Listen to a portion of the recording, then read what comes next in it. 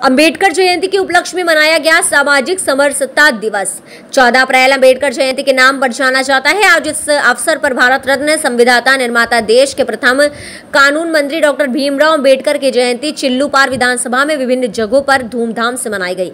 विभिन्न दलों एवं सामाजिक संगठनों ने बाबा साहेब भीमराव अंबेडकर की मूर्ति पर माल्या अर्पण कर साथियों के संग संकल्प लिया, समता मूलक समाज का निर्माण का कार्य करते रहेंगे। इस अवसर पर चिल्लूपार के विधायक राजेश त्रिपाठी के नेतृत्व में एवं भारतीय जनता पार्टी की जिला इकाई के द्वारा सामाजिक समरसता दिवस का कार्यक्रम आयोजित कर आज अंबेडकर जी की जयंती मनाई गई।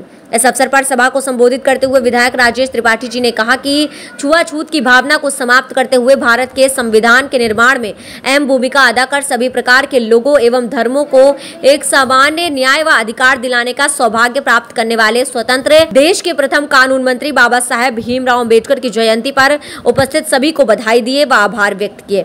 इस अवसर पर राज्यसभा की सांसद सीमा द्विवेदी मुख्य अतिथि के रूप में कार्यक्रम में सम्मिलित हुई।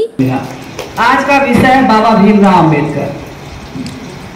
सबको पता है कि उनका जन्म 14 अप्रैल 1891 में हुआ।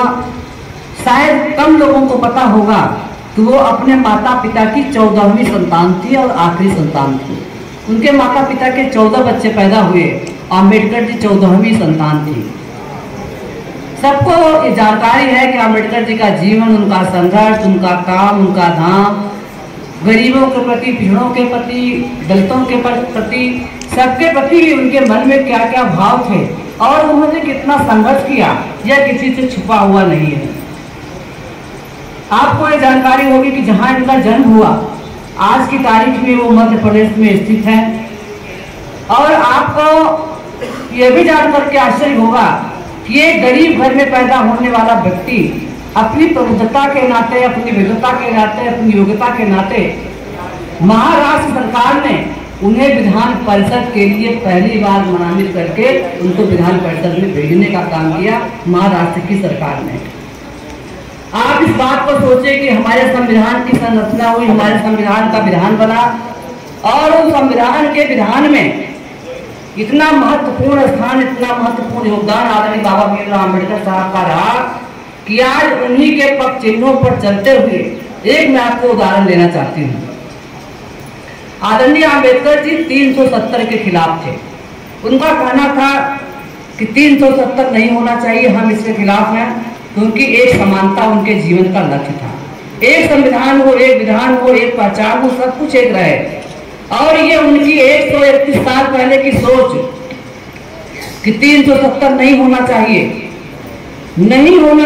इसकी पुष्टि आदरणीय हमारे प्रधानमंत्री जी ने 370 हटा करके जारी करने का काम किया है। तब की सोच कितनी पुरानी उनकी सोच थी और उसी सोच का परिणाम है कि आज जब जम्मू और कश्मीर से 370 की धारा हटी तो पूरे देश में एक खुशी का माहौल आया।